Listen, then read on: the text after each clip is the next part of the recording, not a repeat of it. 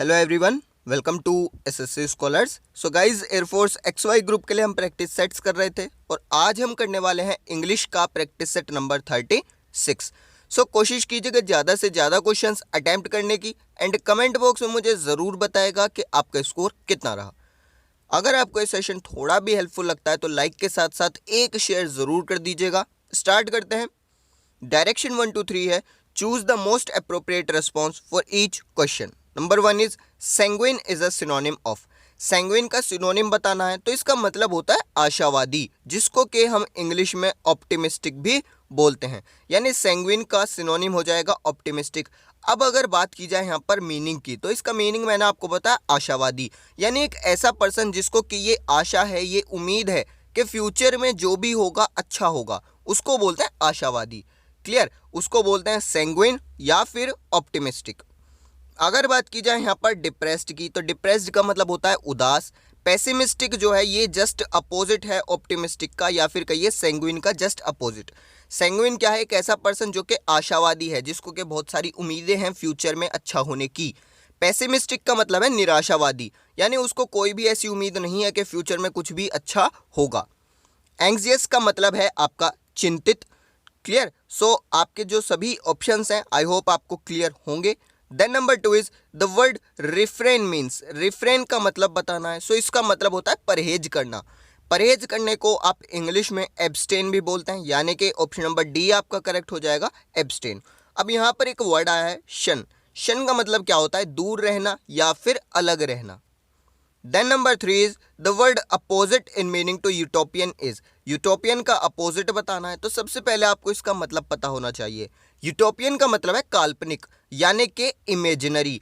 अब हमें क्या करना है? इसका जस्ट अपोजिट बताना है। तो कोई भी चीज़ काल्पनिक है, इमेजिनरी है, इसका अपोजिट क्या हो जाएगा? कोई भी चीज़ रियलिटी में है, दैट एग्जिस्ट इन रियलिटी, यानी वास्तविक। और वास्तविक को हम इंग्लिश में प्रैक्टिकल भी बोलते हैं। सो यूटोपियन का जो आपका अपोजिट होगा वो होगा प्रैक्टिकल। ऑप्शन नंबर सी आपका यहाँ पर करेक्ट होगा।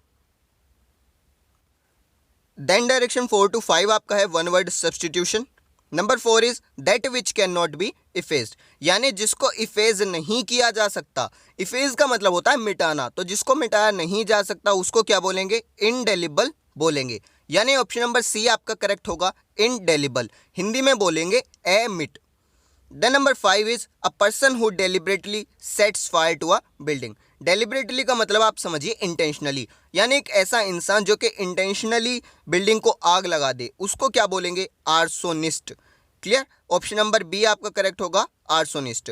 एक चीज़ याद रखिए, अगर आप किसी भी बिल्डिंग वगैरह को आग लगाते हैं इंटेंशनली, तो इंटेंशनली आग लगाना और आपका पर्पस हो सिर्फ डैमेज करना, डिस्ट्रॉय करना, स्पेशली किसी बिल्डिंग को, तो उसको बोलेंगे आर्सोनिस्ट।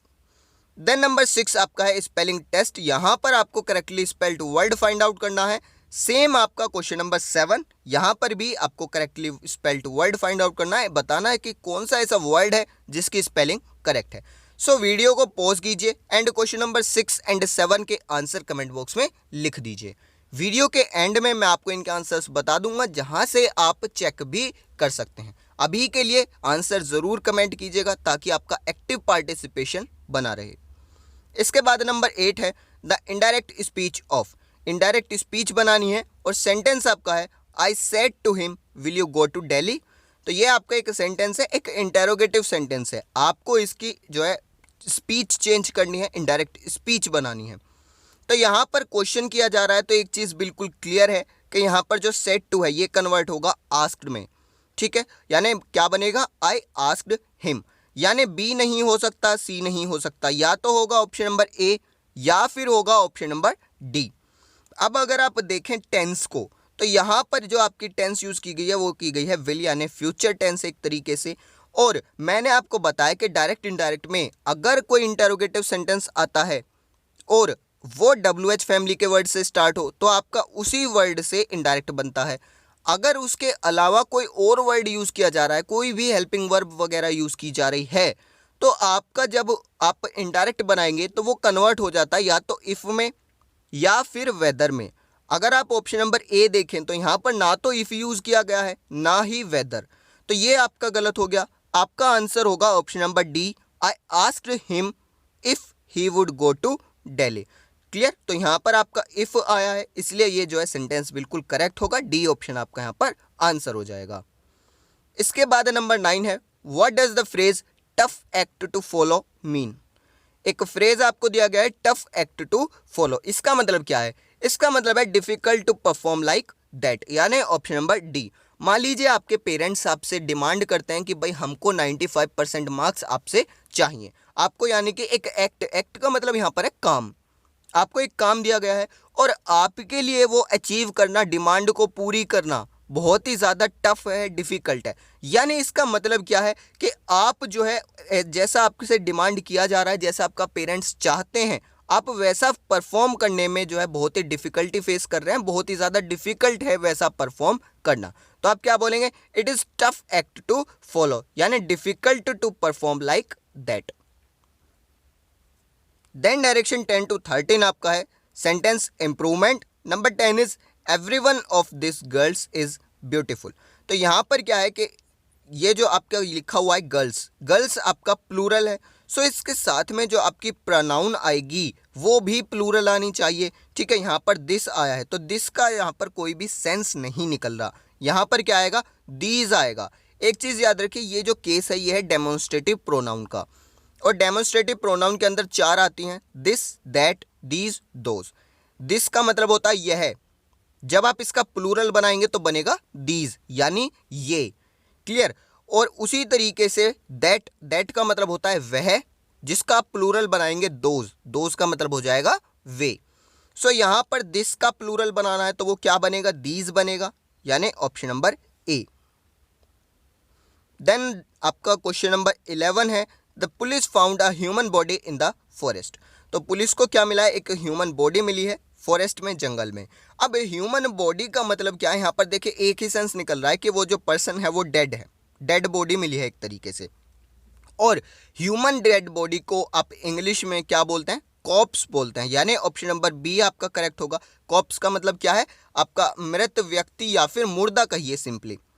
क्लियर? सो यहाँ पर ऑप्शन नंबर बी करेक्ट होगा। अगर बात की जाए कैरकस की, तो इसका मतलब होता है मृत जानवर का शरीर, यानी मरा हुआ कोई जानवर है उसकी बॉडी, उसको हम बोलते हैं कैरकस। देन कॉप्स, इसका मतलब है झाड़ी। तो यहाँ पर कोई भी जो अदर वर्ड है वो सेंस नहीं दे रहे सिवाय ऑप्शन नंबर बी के। Then number 12 is the teacher was stimulated by the mischievous behaviour of the students. अब यहाँ पर एक वर्ड यूज किया गया है मिस्चीवियस। ठीक है, मिस्चीवियस बिहेवियर, मिस्चीवियस का मतलब होता है नॉटी या फिर शरारती। ठीक है, तो अगर स्टूडेंट्स शरारती बिहेव करेंगे, ठीक है, यानी कि बहुत ही ज़्यादा शरारत करेंगे, बहुत ही ज़्यादा जो है टीचर को परेशान करेंगे, तो टीचर उससे क्या होगा? टीचर उससे परेशान होगा, गुस्सा होगा, और गुस्सा होने के लिए आप यूज़ करेंगे प्रोवोक्ड, यानी ऑप्शन नंबर बी। प्रोवोक्ड का मतलब होता है भड़कना या फिर गुस्सा होना। अगर कोई स्टूडेंट है आपका और वो आपको जो है बहुत ही ज़्यादा नोटिली बिहेव कर रहा है या फिर बहुत ही ज़्यादा शरारत कर रहा है, तो आप जाहिर सी बात है गुस्सा होंगे, भड़केंगे, तो वो होगा प्रोवोक। अगर बात की जाए इवोक की, तो इवोक का मतलब होता है याद करना, स्टिमुलेट का मतलब होता है प्रेरित करना। तो अगर आपके स्टूडेंट्स ऐसा बिहेव करें तो क्या आप प्रेरित होंगे? नहीं होंगे। सो यहाँ पर ऑप्शन नंबर बी आपका करेक्ट होगा, provoked. Then number 13 is the teacher asked him to copy the material word for word. तो यहाँ पर आप देखिए, यहाँ पर कोई भी इम्प्रूवमेंट की किसी भी तरीके की ज़रूरत नहीं है, क्योंकि यहाँ पर एक फिक्स्ड फ्रेज आपका है वर्ड फॉर वर्ड, जिसका मतलब है जैसा लिखा या बोला गया है बिल्कुल वैसा। तो यानी टीचर क्या कह रही है कि जो मटेरियल है उसको कॉपी करो, जैसा लिखा गया है बिल्कुल वैसा, या फिर जैसा बोला गया है बिल्कुल सेम वैसा। अगर आप यहाँ पर फोर की जगह बाय लगा दें तो क्या बनेगा? वर्ड बाय वर्ड, जिसका मतलब है एक एक शब्द करके। तो ये यहाँ पर सेंस नहीं देगा। यहाँ पर आपका वर्ड फॉर वर्ड का मतलब है जैसा लिखा गया है या जैसा बोला गया है सेम वैसा ही कॉपी कर लो। सो यहाँ पर कोई भी इंप्रूवमेंट की जरूरत नहीं है। ऑप्शन नंबर डी आपका यहाँ पर करेक्ट होगा। देन डायरेक्शन 14 to 15 आपका है fillers. Number 14 is there was a serious dash between the two brothers, यानी दो भाइयों के बीच एक सीरियस हो गई थी। क्या हो गई थी? तो भाई वो आपको जो है फिलर्स में से निकालना है। सो यहाँ पर आपका आएगा option number A, altercation. Altercation का मतलब होता है विवाद या फिर झगड़ा। तो दो भाइयों के बीच एक बहुत ही सीरियस झगड़ा हो गया था या विवाद हो गया था, ये यहाँ पर सेंस देगा। इसके बाद अगर मैं अदर ऑप्शंस की बात करूं तो अल्टरेशन, अल्टरेशन का मतलब क्या है, परिवर्तन या फिर बदलाव। तो दोनों भाइयों के बीच बदलाव नहीं हो सकता, ठीक है, दोनों भाइयों में बदलाव हो सकता है, बट यहाँ पर क्योंकि बिटवीन आया है तो यहाँ पर विवाद, झगड़े का ही सेंस निकलेगा। अगर बात की जाए एबरेशन की तो इसका मतलब होता है पथ से भटकाव, यानी कि आपका एक पाथ है उससे भटक जाना, उसको बोलेंगे एबरेशन। एलिट्रेशन का मतलब है अनुप्रास अलंकार, ठीक है, आपने पढ़ा होगा बचपन में, अलंकार एक चैप्टर होता है हिंदी में, तो उसमें अनुप्रास अलंकार जो होता है उसी को इंग्लिश में बोलते हैं alliteration. Then number 15 is the ship with his crew dash gone to the bottom of the sea. तो यहाँ पर आपको जो है हेल्पिंग वर्ब चूज करनी है। अब अगर आप देखें तो यहाँ पर आपका सब्जेक्ट क्या है, द शिप, जो कि सिंगुलर है, तो आपकी वर्ब भी सिंगुलर आनी चाहिए। अब अगर आप ऑप्शंस देखेंगे तो यहाँ पर सिर्फ और सिर्फ एक हेल्पिंग वर्ब ऐसी है जो कि सिंगुलर है, वो है आपकी हैज़, यानी ऑप्शन नंबर ए करेक्ट होगा। ऑप्शन नंबर बी में हैव आया है, ये प्लूरल है। ऑप्शन नंबर सी में आर आया है, ये भी प्लूरल है। सो ए आपका यहाँ पर आंसर हो जाएगा। इसके बाद डायरेक्शन 16 to 17 आपका है active passive transformation. Number 16 is this book contains pictures. बहुत ही सिंपल सेंटेंस है और सेंटेंस आपका जो है ये है प्रेजेंट का, ठीक है, सिंपल प्रेजेंट का सेंटेंस है। तो यहाँ पर आपका ऑब्जेक्ट क्या है, पिक्चर्स, तो पिक्चर्स आपका सब्जेक्ट बन जाएगा। एक चीज़ आप अच्छी तरीके से जानते हैं, यहाँ पर वर नहीं आने वाला, क्लियर, यानी बी ऑप्शन आपका गलत हो गया। ए, सी या डी में से आपको जो है फाइंड आउट करना है। तो आप जानते हैं कि सबसे पहले आपका ऑब्जेक्ट का सब्जेक्ट बनता है, फिर आपकी हेल्पिंग वर्ब आती है उसके अकॉर्डिंग, देन वर्ब की थर्ड फॉर्म प्लस बाय और प्लस जो आपका सब्जेक्ट है वो ऑब्जेक्ट बन जाता है। सो आपका यहाँ पर ऑप्शन नंबर ए करेक्ट होगा। ये मैंने जो है आज के प्रैक्टिस सेट में इसलिए लिया है क्योंकि यहाँ पर कंफ्यूजन क्या होती है कि स्टूडेंट्स को लगता है pictures are content in this book, तो इन दिस बुक वो यहाँ पर लगा देते हैं, जो कि बोलने में ठीक लगता है बट एक्टिव पैसिव के हिसाब से ये गलत है। तो यहाँ पर बाय आना चाहिए, ऑप्शन नंबर ए आपका यहाँ पर करेक्ट होगा। देन नंबर 17 है a retail store was inaugurated by Sanju. तो ये जो आपका सेंटेंस है ये है पैसिव में, आपको बनाना है एक्टिव में। तो क्या करना होगा, जो आपका ऑब्जेक्ट है उसको सब्जेक्ट बना दीजिए, यानी संजू आपका सब्जेक्ट बन जाएगा। इसके बाद आप देखिए वर्ब कौन सी यूज़ की गई है, टेंस क्या यूज़ की गई है आपके सेंटेंस में। सो यहाँ पर है वॉज प्लस वर्ब की सेकेंड फॉर्म, वॉज इनॉग्रेटेड, तो यानी कि आपका जो सेंटेंस है वो सिंपल पास्ट का है, तो आपका जब एक्टिव बनेगा वो भी सिंपल पास्ट का होगा। सिंपल पास्ट में आप जानते हैं हैड नहीं आता, हैज़ नहीं आता, यानी ए ऑप्शन नहीं हो सकता, बी नहीं हो सकता। अब आपके बचते हैं सी और डी। तो सी ऑप्शन अगर आप देखें तो यहाँ पर है संजू इनॉग्रेट, यानी वर्ब की फर्स्ट फॉर्म, तो ये भी नहीं हो सकता क्योंकि वर्ब की फर्स्ट फॉर्म तो प्रेजेंट में यूज़ की जाती है, तो ये नहीं हो सकता। बचता है आपका ऑप्शन नंबर डी, यही आपका आंसर होगा। संजू आपका सब्जेक्ट है, देन आपकी वर्ब की सेकेंड फॉर्म और देन आपका आएगा object. Sanju inaugurated a retail store. Then number 18 is give the plural of the given word. एक वर्ड आपको दिया गया है स्ट्रेटम, इसका आपको प्लूरल बनाना है। तो स्ट्रेटम का मतलब क्या होता है, परत या फिर तह। तो इसका जब आप प्लूरल बनाएंगे तो इसके दो प्लूरल बन सकते हैं। एक तो आप स्टार्टम के साथ में एस ऐड कर दीजिए, स्टार्टम्स हो गया, यानी बहुत सारी परतें या फिर बहुत सारी तह, या फिर इसका प्लूरल बनेगा स्ट्राटा, यानी कि ऑप्शन नंबर बी आपका यहाँ पर करेक्ट होगा। स्ट्रेटम का प्लूरल क्या होगा, स्ट्राटा। देन डायरेक्शन 19 to 20 आपका है error spotting. Number 19 is our school is making every possible effort to provide personal attention for each child. तो यहाँ पर देखिए आप किसी को कुछ प्रोवाइड कर रहे हैं, ठीक है, तो provide something to someone, clear. तो यहाँ पर आपका फॉर की जगह क्या आएगा, टू, किसी को कोई चीज़ प्रोवाइड कराना, तो क्या आएगा प्रोवाइड समथिंग, यानी क्या प्रोवाइड कर रहे हैं, पर्सनल अटेंशन। और किसको प्रोवाइड कर रहे हैं, तो हर एक बच्चे को, ईच चाइल्ड को, तो यहाँ पर आपका आएगा टू, फोर की जगह, यानी ऑप्शन नंबर सी आपका करेक्ट होगा क्योंकि सी पार्ट में आपका एरर है। इसके बाद नंबर 20 है the house is built in an attractive manner. तो यहाँ पर अगर आप सेंटेंस देखें तो यहाँ पर आपका कोई भी किसी भी तरीके का एरर नहीं है। द हाउस सिंगुलर है, वर्ब आपकी सिंगुलर आ गई, इसके बाद एट्रैक्टिव के साथ में एडजेक्टिव आपका एन आ गया, तो सभी बिल्कुल करेक्ट है, कोई भी एरर नहीं है।